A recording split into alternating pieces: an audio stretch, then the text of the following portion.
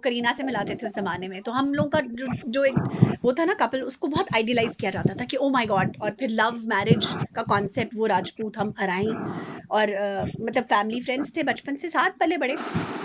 लेकिन फिर शादी का क्या हाल हुआ बाद में, उसमें क्या-क्या हुआ, वो मैं बेशतर दफ़ा बयान कर चुकी हूँ। मेरी जो उम्मीदें थीं, शादी की दूसरी रात मुझे पता चला कि ये वो इंसान ही नहीं है यार। मतलब मुझे तो नहीं पता था कि वो इतना ज़्यादा अल्कोहलिक है। आपकी लव मैरिज थी और आपको फिर भी नहीं पता था कि आपके हस्बैंड इतनी ज़्यादा अल्कोहल पीते हैं? अब बच्चे थे ना हम, वो 18 का था, मैं 16 की थी, 2 साल का फ़र्क। इतनी जल्दी शादी हो गई थी आपकी? नहीं, इतनी जल्दी मोहब्बत हुई थी। शादी तो I was 22 when I got married. तो और 23 की थी तो बेटा मेरी गोद में था 6 महीने का। सो और 24 की हुई तो मुझे पता लग गया कि he is interested somewhere else.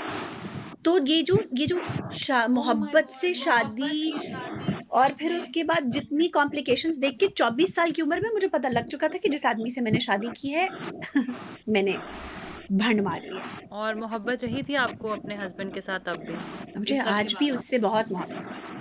वो ज़मीन के मनो-मिट्टी के नीचे है, मैं उसे ज़िंदगी में माफ़ कर चुकी हूँ। मुझे उससे कोई गिला-शिकवा नहीं है, उसने मुझे 3 बहुत खूबसूरत बच्चे दिए हैं, और वो बच्चे आज मेरी, दे आर माय स्पिरिट। मेरे पाँचों बच्चे मेरी स्पिरिट हैं, अल्हम्दुलिल्लाह। मैंने ज़िंदगी से यही सीखा है कि अगर कोई इंसान आपको मिलता है तो वो या दरवाज़ा है या दीवार है। आप दीवार से लग जाते हैं तो क्या होता है? आप अपने लिए रास्ता तलाश करते हैं। आप कितने साल की थीं जब आपके फर्स्ट हस्बैंड जहांज़ेब की डेथ हुई थी? एग्ज़ैक्टली नहीं याद, बट 27 या 30, आई थिंक, आई डोंट। अच्छा आयशा, आपके फर्स्ट हस्बैंड की डेथ के बाद आप अपने इन-लॉज़ के घर ही रही थीं, आप वापस नहीं आई थीं। तो आपका वो एक्सपीरियंस कैसा रहा था? जब जहाँ से आपको कैंसर डायग्नोज़ हो गया, और 4th स्टेज एडवांस था, मुझे नहीं बताया गया कि उसे 4th स्टेज एडवांस है। मैं कभी नहीं जाती थी उसके चेकअप्स में। एक दिन डॉक्टर ज़ेबा होती हैं, ऑन्कोलॉजिस्ट हैं अब पता नहीं है या नहीं, हमीद लतीफ़ में उस ज़माने में हुआ करती थी। और उन्होंने कहा इसकी बीवी को बुलाओ, इसकी तलाक हुई हुई है? कहा नहीं। जब मुझे बुलाया गया, मैंने कहा ये कब ठीक होंगे? उन्होंने कहा बेटा तुम किस सोच में हो? ये ठीक नहीं होगा, जो दिन गुज़र रहा है उसे गनीमत जानो। ही इज़ ऑन, ये अल्लाह की तरफ से एक तुम्हें बोनस है जो ज़िंदगी है उसकी। सो मैंने अपने वालिद को कॉन्टैक्ट किया। जब वो अंदर रिज़ेंटमेंट होती है ना, शादी के बाद मैंने उनसे बहुत बहुत दफ़ा बात की फ़ोन पे, बहुत दफ़ा कहा कि आपकी वजह से मैंने गलत बंदा चूज़ किया अपने लिए, क्योंकि मुझे पहला आदमी जो मिला ना, वो मैंने उसके अंदर अपनी सिक्योरिटी ढूँढने की कोशिश की। मैंने ये नहीं होता है सोचा, ऐसे। एग्ज़ैक्टली, मैंने ये नहीं सोचा कि ये मेरे लिए अच्छा होगा या नहीं होगा। आई ट्रस्टेड माय गट और I was wrong, completely wrong. तो मैं उन पे ब्लेम करती थी कि आप क्योंकि मेरी ज़िंदगी में नहीं थे, आपने मुझे छोड़ा। आपने मुझे छोड़ा, और ऐसा छोड़ा, बट आप देखो बीवी को तो छोड़ दिया जाता है, बिल्कुल, तो औलाद तो औलाद को अपनी भी छोड़ होती है। देते हैं आप।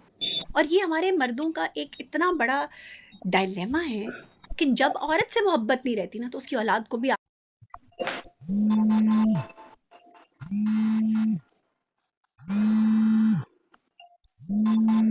आप डस्टबिन में फेंक देते हैं। वैसे आयशा हैरत की बात नहीं है क्योंकि औलाद तो अपनी होती है। ये चीज़ पता नहीं हमारे कल्चर में कहाँ से सरायत कर बिल्कुल, गई है, और औरत की औलाद हो जाती है वो औरत। औरत की औलाद हो जाती है और उसका गंदा खून बन जाता है, कि ये गंदा खून है और ये उसका है। लिहाज़ा ख़ैर आगे चलते हैं। तो जब जहाँज़ेब की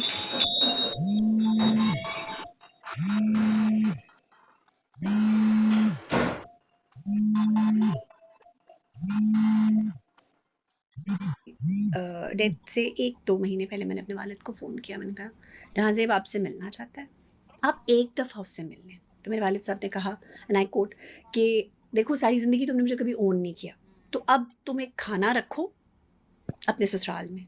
तुम्हारे ससुराल को पता चले कि मैं तुम्हारा बाप हूँ। आपके वहाँ पे आप उ हस्बैंड। उस तरफ हुँ, कीमोथेरेपी चल रही है, बिल्कुल। और वालिद साहब ये फरमा रहे हैं कि तुमने मुझे कभी ओन नहीं किया, लिहाज़ा अब तुम मुझे ओन करो अपने इन-लॉज़ में, और उन्हें बताओ कि तुम्हारे 7-8 और बहन-भाई हैं, और मैं तुम्हारा वालिद हूँ और तुम्हारी अम्मी हैं, और जो है इन सबको तुम ओन करो, खाना हो, खाने के ऊपर मैं जहाँज़ेब से मिल लूँगा। कहा, वाह! बात ये है कि इस वक़्त वो उसकी जान के लाले पड़े हुए हैं। मैं इस वक़्त ससुराल में ये नहीं कह सकती कि मेरे बाप को ऑन किया जाए, उनका खाना रखा जाए, हम फूड़ी पे बैठे हुए हैं, he is about to die. आप ये ज़िंदगी में रोएँगे इस दिन को, आप जहाँज़ेब की शक्ल नहीं देख सकेंगे। वो आपसे मिलना चाहता है, एक मरते हुए आदमी की ख्वाहिश समझ के इसे पूरा कर लें। वैसे आपके हस्बैंड आपके अब्बू से क्यों मिलना चाहते थे? वो शायद उनको लगता था कि वो मुझे एज़ अ ज़िम्मेदारी मेरे फ़ादर पे सौंपते अच्छा, हैं, ठीक है। ठीक है? सो कहने का मतलब ये कि वालिद साहब ने कर दिया इनकार बड़े प्यार पोलाइटली, मैं इसको इनकार ही समझती हूँ। बिल्कुल। तो मैंने उनसे कहा कि अब आप सारी ज़िंदगी इस चीज़ को तरसेंगे क्योंकि आप उसकी शक्ल नहीं देख सकेंगे। और फिर मेरी वही काली ज़बान, हाँ, जहांज़ेब की डेथ होती है, हम उसे लाते हैं हॉस्पिटल से, नहलाते हैं।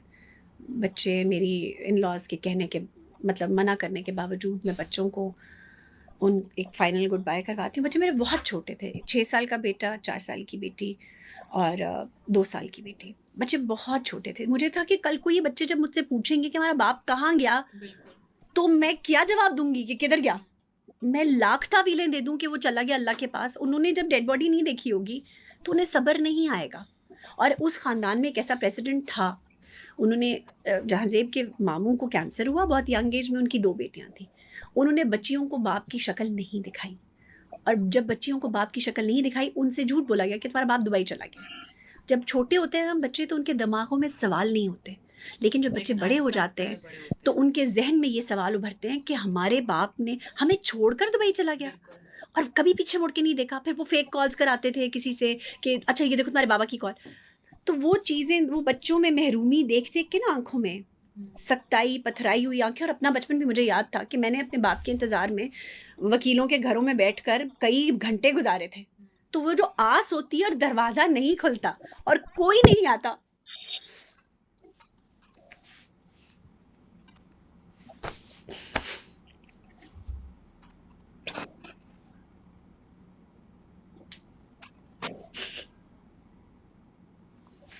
खैर, तो वो मैं नहीं चाहती थी। कि खैर वो आपके हो बच्चे गया। वो देखें। हाँ, मैं नहीं चाहती थी कि ये बच्चे उस तरह से बड़े हों, उस महरूमी के साथ। इस महरूमी के साथ तो जी सकते हैं कि अल्लाह ने हमारे बाबा को सितारा बना दिया। लेकिन इस महरूमी के साथ नहीं जिया जाता कि एक बाप चला गया और पीछे मुड़ के नहीं देखा, उसने और नहीं किया। सो जहांज़ीब की डेड बॉडी चली जाती है और 2 घंटे बाद एक इंतहाई मुर्दा हालत में मुझे उठाया जाता है कि आपसे मिलने कोई आया है ड्राइंग रूम में। और कंधों पे उठाई हुई आयशा जहांज़ेब को एक आदमी के गले से लगा दिया जाता है कि ये तुम्हारा बाप for the first time in my life. खैर, सो आई मेट हिम देन और गिले शिकवे अपनी जगह। जब मैंने बहुत सारी रॉन्ग डूइंग्स के लिए माफ़ी माँगी जांज़ेब से और बहुत सारी रॉन्ग डूइंग्स के लिए उसको माफ़ कर दिया कि एज़ एन इंसान जब हम ज़िंदा होते हैं ना, तो हम कोशिश करते हैं अपना अपना आप जताने की और अपनी चीज़ को राइट कहने की। लेकिन दूसरे की शायद उस तरह से नहीं सुन रहे होते, उसकी नहीं समझ रहे होते, या शायद दूसरा आपको समझा नहीं पा रहा होता। तो वो सब कहना सुनना जो था वो डेड बॉडी के साथ जब हो गया, उससे पहले भी हो गया हुआ था, लेकिन बहुत सारी चीज़ों के लिए मुझे उसे माफ़ करना था। बहुत सारी चीज़ों के लिए उसे लेट गो करना था कि उसको आगे दूसरे मामलात भी देखने हैं अब। तो वो मैंने अपने लिए भी किया और उसके लिए भी किया। फिर उसके बिहाफ़ पे मैंने बहुत सारे लोगों से माफ़ियाँ भी माँगी कि ज़ाहिर है वो तो उस तरह से नहीं माँग सका, उसको वक़्त नहीं दिया ज़िंदगी में। ऑब्वियसली 33 साल का या 30 साल के आदमी के लिए मौत जब एकदम से आ जाती है, तो बहुत सारी चीज़ें वो अल्लाह से माफ़ी माँग रहा था, लोगों से क्या माँगनी थी उसने। और फिर इंसान जब इस तरह से होता है ना, तो उस तरह सोच भी नहीं